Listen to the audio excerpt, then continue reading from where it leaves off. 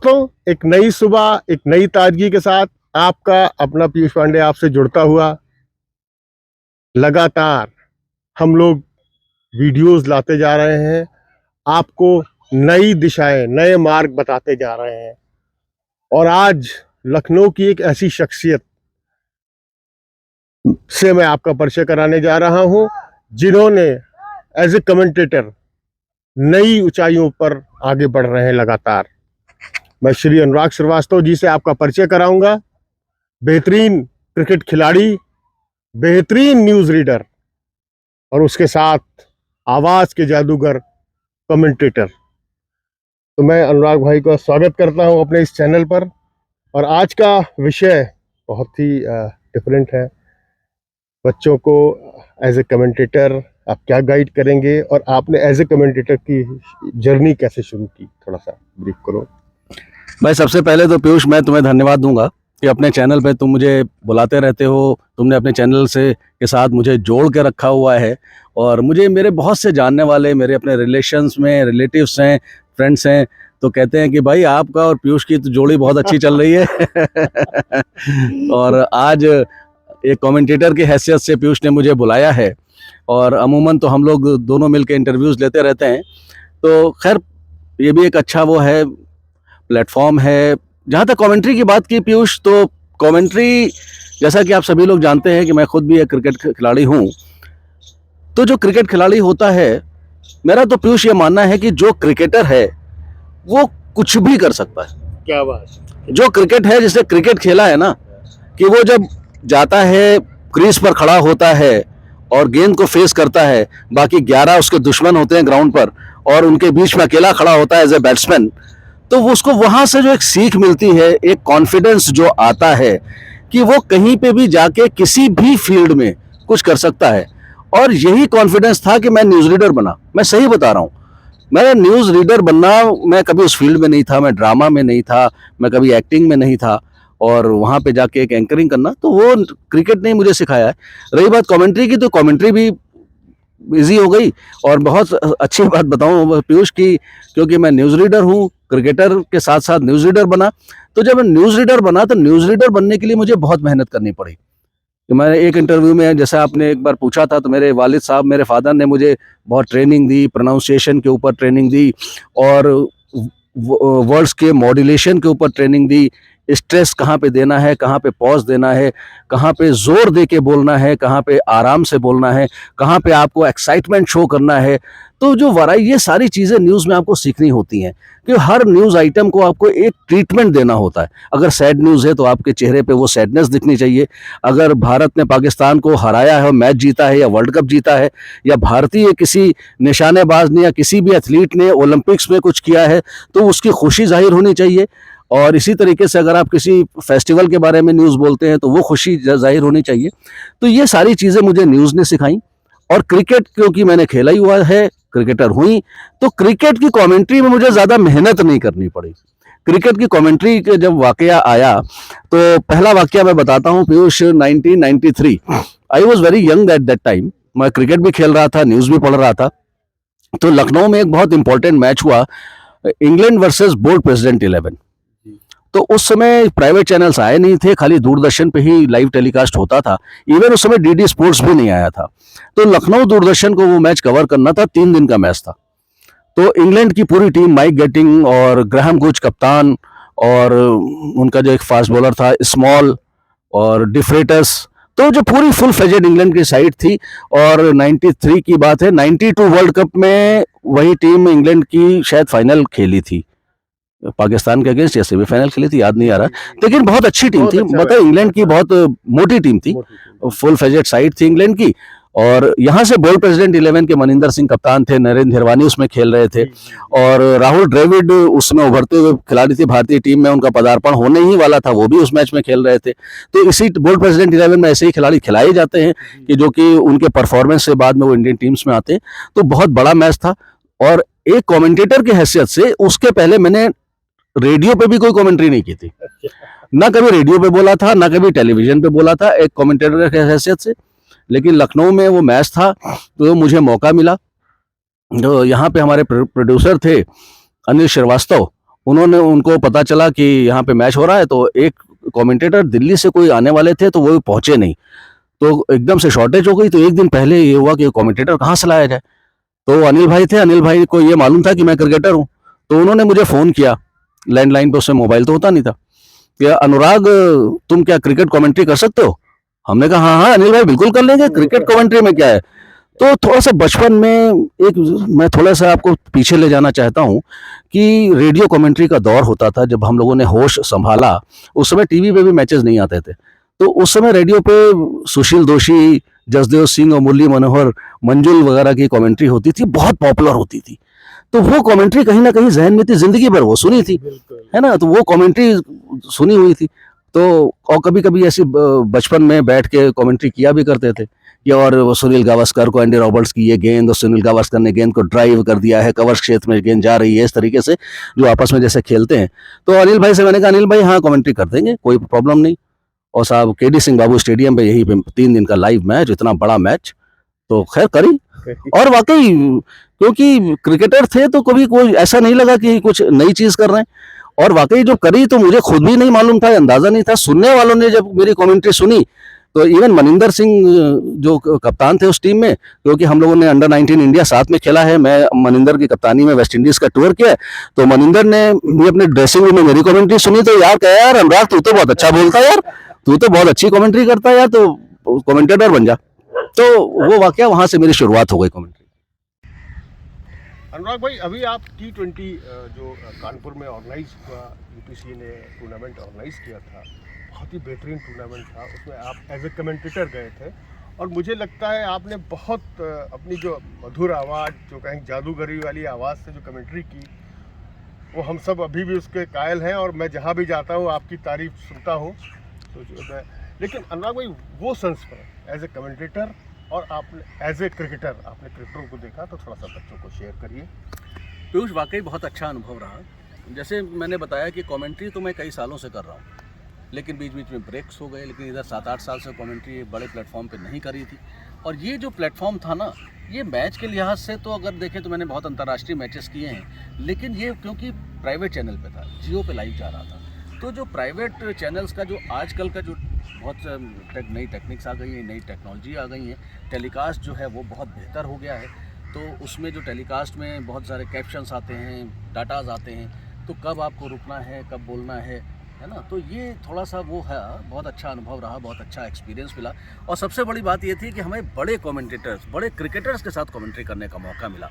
वहाँ पर मनिंदर सिंह, सबा करीम, विवेक राजदान जैसे जो इंडिया प्लेयर्स हैं और कई सालों से कमेंट्री कर रहे हैं। एक लड़की थी रीमा मेल्होत्रा, वो भी अच्छी कमेंटेटर है, इंडिया प्लेयर भी है। तो अच्छा प्लेटफॉर्म मिला, और इनके साथ कमेंट्री करके बहुत कुछ सीखने को भी मिला। रही बात टूर्नामेंट करके पीयूष, तो मैं पहले टेक्नोलॉजी पे आता हूँ। तो जो प्राइवेट चैनल की जो वर्किंग होती है ना, वो बड़ी थोड़ी सी डिफरेंट होती है आकाशवाणी और दूरदर्शन। और क्योंकि जैसा कि मैंने कहा 7-8 साल का मेरा थोड़ा गैप भी हो गया बीच में, तो कई सारी चीज़ें जो चेंज हो गई। यहाँ पर ईपी आपको लगा होता है, पीछे प्रोड्यूसर कमांड देता है आपको कहाँ पे पॉज लेना है, कहाँ पे आप जो बात कर रहे हैं, जिस टॉपिक पे बात कर रहे हैं उसको आपको जल्दी से वाइंड अप करना है, कहाँ पे रुक जाना है। एकदम से ओवर होने वाला है तो आपको वहाँ पे नहीं बोलना है, या अगर आपने कोई टॉपिक डिस्कस करना शुरू कर दिया तो आप ये ओवर पे नज़र रखिए कि जहाँ तक 4थी-5वीं गेंद हो गई वहीं पे आपको उस टॉपिक को वाइंड अप कर लेना है। या अगर आपको कोई नया टॉपिक शुरू करना है तो वो कहाँ पे शुरू करना है। तो ये सारे जो एक्सपीरियंस था ना, ये मुझे मिला। और यहाँ पे मेरे जो सीनियर क्रिकेटर्स थे, मनिंदर सिंह, सबा करीम और विवेक राजदान, तीनों ने ही मुझे काफ़ी, मैं तीनों की तारीफ़ करूँगा, तीनों ने बहुत मदद करी मेरी, और मुझे टाइम टू टाइम बताते भी रहे। और सबसे अच्छी बात पीयूष ये थी कि जैसे ही मैं कानपुर पहुंचा तो मनिंदर और सबा करीम ने मुझे इस तरीके से ट्रीट किया, और बाकी जितने भी जो वहाँ का स्टाफ था उनको ये प्रदर्शित किया कि हम लोग साथ के क्रिकेटर। क्या मनिंदर सिंह ने कहा कि हम लोग साथ में खेले हुए हैं, मतलब ये भी कह सकता था कि ये मेरी कप्तानी में खेला, नहीं, हम लोग साथ में खेले हुए हैं। तो उससे जो मेरी एक हौसला अफजाई हुई ना, मेरा जो कॉन्फिडेंस लेवल था वो काफ़ी हाई हुआ। और वो आप जब किसी भी, चाहे कमेंट्री करें, चाहे न्यूज़ पढ़ें, चाहे क्रिकेट खेलें, आपका कॉन्फिडेंस लेवल बहुत ज़रूरी होता है। तो कॉन्फिडेंस लेवल आपका जब हाई होता है, ओवर कॉन्फिडेंस नहीं, लेकिन कॉन्फिडेंस होना बहुत ज़रूरी है, तभी आप कुछ कर सकते हैं ज़िंदगी में। तो बहुत अच्छा रहा। और दूसरी बात यह है कि हम टूर्नामेंट पे आते हैं। पीयूष बहुत ही अच्छा टूर्नामेंट कराया उत्तर प्रदेश क्रिकेट एसोसिएशन ने। तारीफ़ करनी होगी राजीव शुक्ला जी की, युद्धवीर सिंह की, सीओ अंकित बनर्जी की, कि इन लोगों ने, और पूरी उत्तर प्रदेश क्रिकेट एसोसिएशन की, कि जिस तरीके से उन्होंने टूर्नामेंट कराया। सबसे बड़ी बात यह है कि सोचिए 6 टीमें बनी थी, 20-20 प्लेयर्स, लगभग 20-22 प्लेयर्स, 125 क्रिकेटर्स उत्तर प्रदेश के एक ही साथ एक ही मंच पर ले आए, एक साथ खेल रहे हैं। 15 दिन का टूर्नामेंट 18 दिन रहा, तो 100-125 लड़के आपके पूरे टूर्नामेंट के देखिए एक ही जगह पे परफॉर्म कर रहे हैं और लाइव टेलीकास्ट आ रहा है। तो आपके अंदर सबसे बड़ी बात यह है कि अगर आपके अंदर क्षमता है तो आप दिखाइए ना। बिल्कुल। और अगर आपने प्रदर्शन करके दिखा दिया तो कोई सेलेक्टर ऐसा नहीं है जो आपको सेलेक्ट नहीं करेगा। तो ये जो प्लेटफॉर्म बनाया यूपीसीए ने, बहुत अच्छा बनाया। इसमें तारीफ़ करूंगा यूपीसीए की, जितना अच्छा प्लेटफॉर्म दिया। और साथ ही साथ मैं क्रिकेटर्स की भी पीयूष तारीफ़ करूंगा कि उत्तर प्रदेश इतना बड़ा राज्य है कि जहाँ पे इतने सारे आपको अच्छे क्रिकेटर्स मिले। क्योंकि अगर मैं कंपेयर नहीं करना चाहता हूँ, लेकिन अगर जो अदर स्टेट्स की भी लीग हुई हैं वो इतनी ज़्यादा सक्सेसफुल नहीं हो पाई। उसका कारण ये है कि किसी स्टेट की पॉपुलेशन 4 करोड़ है, किसी की 6 करोड़ है। हमारे यहाँ तो 24 करोड़ की पॉपुलेशन है। हम आप तो ट्रायल लेते हैं, खाली लखनऊ में 1000 बच्चा आता है एक एज ग्रुप में। तो कितने क्रिकेटर्स भरे हुए हैं, उन्हीं में से चुनिंदा जो चुने गए 120 क्रिकेटर, 125 क्रिकेटर्स ने यहाँ पे क्रिकेट खेली। तो उसमें करीब 12 से 15 हमारे आईपीएल प्लेयर्स खेल रहे थे, नीतीश राणा खेल रहे थे, और बहुत सारे रिंकू सिंह खेल रहे थे, बहुत सारे आईपीएल प्लेयर्स खेल रहे थे, 25-30 करीब रणजी ट्रॉफी प्लेयर्स खेल रहे थे। उसमें कुछ फॉर्मर रणजी ट्रॉफी प्लेयर्स भी थे और कुछ भावी रणजी ट्रॉफी प्लेयर्स हैं। बाकी जो क्रिकेटर्स थे जो अंडर 23 या अंडर 19 खेल रहे हैं या अंडर 16 में भी अच्छा परफॉर्म कर रहे हैं। तो सारे ही क्रिकेटर्स के लिए बहुत अच्छा प्लेटफॉर्म था, बहुत अच्छा मंच था। और सबसे अच्छी बात है कि प्रतियोगिता बहुत अच्छी कराई। एक और बहुत महत्वपूर्ण बात यह है कि महत्वपूर्ण मैं इसलिए नहीं कहूँगा कि पैसे के लिहाज से, लेकिन अगर किसी भी स्टेज में क्रिकेटर को या किसी भी इंसान को कुछ रिम्यूनरेशन मिलती है तो उसकी हौसला अफजाई ज़रूर होती है। यहाँ पर यूपीसीए ने जो 3 कैटेगरीज़ में प्लेयर्स को बांटा हुआ था, जहाँ तक मेरी जानकारी है 3 कैटेगरीज़ में प्लेयर्स को 10 लाख, 5 लाख और 3 लाख रुपए का पेमेंट भी किया गया। तो अच्छी क्रिकेट भी आपको खेलने को मिली, आप पॉपुलर भी हुए, लाइव टेलीकास्ट आया आपको, आपकी पॉपुलैरिटी भी पूरे हिंदुस्तान में देखी गई। तो 1.5 करोड़ की व्यूइंग थी इस प्रतियोगिता की, जियो पे 1.5 करोड़ लोगों ने इस प्रतियोगिता को फॉलो किया, देखा है लाइव। तो आपका प्रदर्शन पूरे हिंदुस्तान में देखा गया, साथ ही साथ आपको कुछ पैसा भी मिला, तो अच्छी बात है। साथ ही साथ अभिभावक और पेरेंट्स भी खुश हुए कि उनको कहीं ना कहीं लगा कि अभी तक जो बच्चे के ऊपर हम स्पेंड कर रहे थे, जो मेहनत कर रहे थे, एकेडमीज़ में लेके जाते थे, फीस भी देते थे, क्रिकेट का सामान भी दिलाते थे, तो हमारा बच्चा शायद अब सही राह पे है। अनुराग भाई, वापस हम एज ए कमेंटेटर आपके पास आते हैं। आपने दूरदर्शन पे भी कमेंट्री की और आकाशवाणी में भी की, तो क्या विशेष अंतर आपने पाया? पीयूष, ये तो बड़ा दिलचस्प सवाल है और मैं समझता हूँ कि हर इंसान समझता है, लेकिन तब भी उसको मैं थोड़ा सा समझाना चाहता हूँ। क्योंकि आकाशवाणी पे कमेंट्री करना और दूरदर्शन पे कमेंट्री करना बिल्कुल ही अलग है। It's entirely different. क्योंकि आकाशवाणी की कमेंट्री क्या होती है कि उस समय जो वो होता है ना, व्यूअर, नॉट व्यूअर नहीं, लिसनर है ना, लिसनर जो होता है, जो आपको रेडियो पे सुन रहा होता है, तो उसके जहन में आपको एक तस्वीर बनानी होती है कि जैसे हम यहाँ पर खड़े हुए हैं लखनऊ के जनेश्वर मिश्र पार्क में, खुला आसमान, नीला आसमान, खुली हुई धूप, सुनहरा मौसम, है ना, और यहाँ पर आज मैच आरंभ होने जा रहा है भारत और पाकिस्तान का, और भारतीय टीम के कप्तान सुनील गावस्कर ने टॉस जीता है और पहले बल्लेबाजी करने का निर्णय लिया है। अब साहब मैच शुरू होता है तो साहब सुशील दोषी हो या मुरली मनोहर मंजुल या जसदेव सिंह, उनकी कमेंट्री होती थी आकाशवाणी से। और ये लखनऊ का केडी सिंह बाबू स्टेडियम से मैं सुशील दोषी आप लोगों का स्वागत करता हूं। हमारे साथ हैं पीयूष पांडे और अहिबरन त्रिपाठी हमारे साथ में कमेंट्री टीम में, और इमरान खान जो कि कप्तान है पाकिस्तान टीम के, वो आज का पहला ओवर की पहली गेंद देकर तैयार हो रहे हैं। जो फील्डिंग उन्होंने ले रखी है, 2 स्लिप, 1 गली, पॉइंट कवर और डीप थर्ड मैन, यह है ऑफ साइड की फील्ड, जबकि ऑन साइड पर उन्होंने लेकर रखा है deep fine leg, deep square leg, short mid wicket और मिड ऑन। विकेट कीपर तैयार। इमरान खान का बहुत लंबा रनअप है और इमरान खान ने अपने रनअप से दौड़ना शुरू किया और अंपायर को पार किया, और उनकी ये गेंद ऑफ स्टंप के बाहर टप्पा खाने के बाहर जाती हुई सुनील गावस्कर ने गेंद को देखा और जाने दिया विकेट कीपर के पास। तो ये तो है रेडियो कमेंट्री, क्योंकि उसमें रेडियो कमेंट्री में आपको एक एक चीज़ बतानी होती है। और अगली गेंद इमरान खान की, इस बार गेंद लेग स्टंप के थोड़ी सी बाहर, गेंद को फ्लिक कर दिया स्क्वायर लेग क्षेत्र में। वहां पर खिलाड़ी दौड़ रहे हैं सीमा रेखा की ओर, लेकिन गेंद जब तक खिलाड़ी पहुंचते हैं तो गेंद सीमा रेखा के बाहर 4 रनों के लिए। तो ये तो हो गए रेडियो कमेंट्री। अब आप जब टेलीविजन पर आते हैं तो टेलीविजन में खास बात यह है पीयूष की टेलीविजन कमेंट्री में जो आ रहा है, जो दिख रहा है, वो आपको बताना ही नहीं है। जी जी। तो TV commentary is totally expertise commentary, तो उसमें आपको सिर्फ अपना एक्सपर्ट कमेंट देना है। और इसीलिए टेलीविज़न में आप देखेंगे हमेशा 2 कमेंटेटर्स रखे जाते हैं ताकि वो 2 आपस में बातचीत कर सकें। तो यहाँ पे एक एग्जांपल अपने देखने वालों के लिए मैं पेश करना चाहता हूँ कि वही मैच है फिरोशा कोटला में, दिल्ली के फिरोशा कोटला में वही मैच चल रहा है, वही इमरान खान, वही सुनील गावस्कर और चेतन चौहान ओपनिंग के तौर पर खड़े हुए हैं। या चलिए सचिन तेंदुलकर और सौरव गांगुली बैटिंग कर रहे हैं और वकार यूनुस गेंदबाजी कर रहे हैं। तो वकार यूनुस की बॉलिंग उधर चल रही है, सचिन तेंदुलकर बैटिंग कर रहे हैं, सौरव गांगुली नॉन स्ट्राइकर पे, और हम 2 कमेंटेटर जो हैं आपस में बातचीत कर रहे हैं। पीयूष, आप क्या समझते हैं इस समय? देखिए 1 दिवसीय मैच खेला जा रहा है, दोनों ही सलामी बल्लेबाजों ने एक अच्छी शुरुआत दे दी है भारतीय टीम को। 6 ओवर में 29 रन बने हैं और सबसे अच्छी बात यह है कि विकेट अभी तक नहीं गंवाया है भारतीय टीम ने। फिर आप कुछ बोलते हैं उधर से। हाँ अनुराग, आपने बिल्कुल सही बात कही कि इस समय विकेट नहीं गंवाया है, ये बहुत महत्वपूर्ण बात है। और हम जानते हैं कि सचिन तेंदुलकर और सौरव गांगुली के अंदर, दोनों के अंदर क्षमताएं हैं। अगर वो विकेट पर खड़े रहे तो आने वाले ओवरों में जो रन की गति आपको थोड़ी कहीं ना कहीं धीमी लग रही है, इस रनों की गति को भी वो बढ़ाने में सक्षम है। लेकिन पाकिस्तानी की गेंदबाजी की बात करनी होगी। वसीम अकरम ने जिस तरीके से पहला स्पेल आज डाला है, सचिन तेंदुलकर ने तो सर्वाइव कर लिया, लेकिन अब जब सेकंड स्पेल में आएंगे तो क्या करेंगे भारतीय मिडिल ऑर्डर बैट्समैन जो है उसको किस तरीके से सामना करेगा, वगैरह वगैरह, इस तरीके से कमेंट्री। और इस बीच जो बैट्समैन बैटिंग करते रहते हैं, अगर इस बीच कोई चौवा पड़ गया तो, और इस बीच अच्छी शॉट सचिन तेंदुलकर की, what a shot, off stump के बाहर ये गेंद थी वसीम अकरम की। सचिन तेंदुलकर ने मौका देखा, गेंद को ड्राइव कर दिया सीमा रेखा के बाहर, कवर क्षेत्र। आखिरी बड़ा इंपॉर्टेंट क्वेश्चन जो मेरे दिमाग में था और मैंने कहा आज आके पूछूंगा कि कोई भी आदमी अगर कमेंटेटर बनना चाहता है तो उसको किस तरीके से आगे बढ़ना है और उस मंजिल तक पहुंचना है। बड़ा इंपॉर्टेंट क्वेश्चन है। बिल्कुल सही बात कही आपने पीयूष, क्योंकि जो क्रिकेट है, क्रिकेट में आजकल क्रिकेट के साथ साथ बहुत सारी चीज़ें ऐसी जुड़ी हैं कि जिसमें आदमी अपना करियर बना सकता है जी। जैसे कि अंपायरिंग में बना सकता है, स्कोरिंग में बना सकता है, ग्राउंड स्टाफ में बना सकता है, फिजियोथेरेपी में बना सकता है।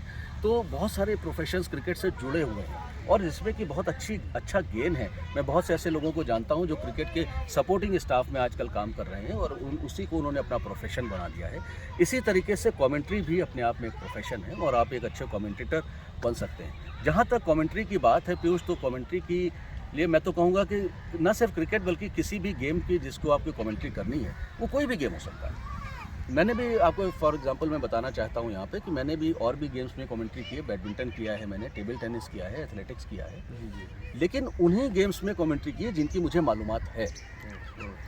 मुझसे कई बार कहा गया कि अभी एशियन गेम्स हो रहे हैं या नेशनल गेम्स हो रहे हैं, आप तीरंदाजी की कमेंट्री कर लीजिए, आप कुश्ती की कमेंट्री कर लीजिए, आप जूडो की कमेंट्री कर लीजिए।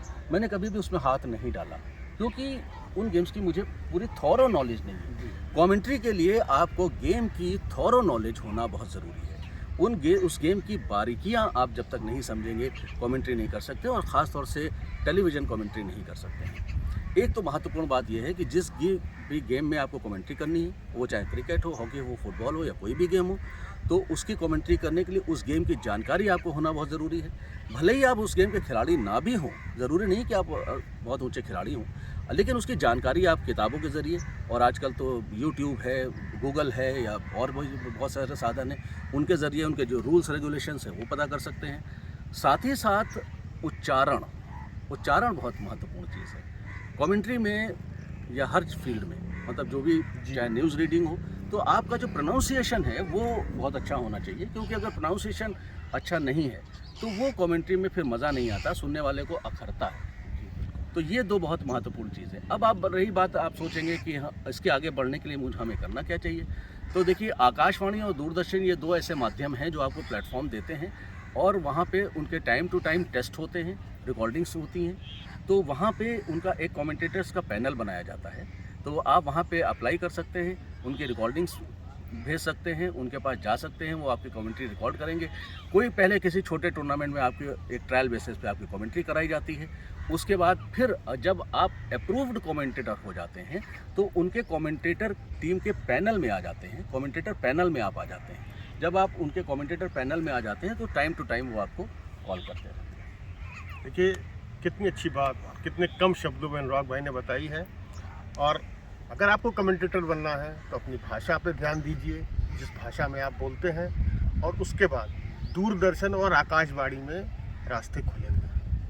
तो आज का ये वीडियो अनुराग भाई के साथ मैं एंड करता हूँ और आप लोगों से रिक्वेस्ट करता हूँ प्लीज़ हमारे इस चैनल को लाइक करिए, सब्सक्राइब करिए, शेयर करिए और हमसे जुड़ते चलिए। ओके, थैंक यू अनुराग भाई।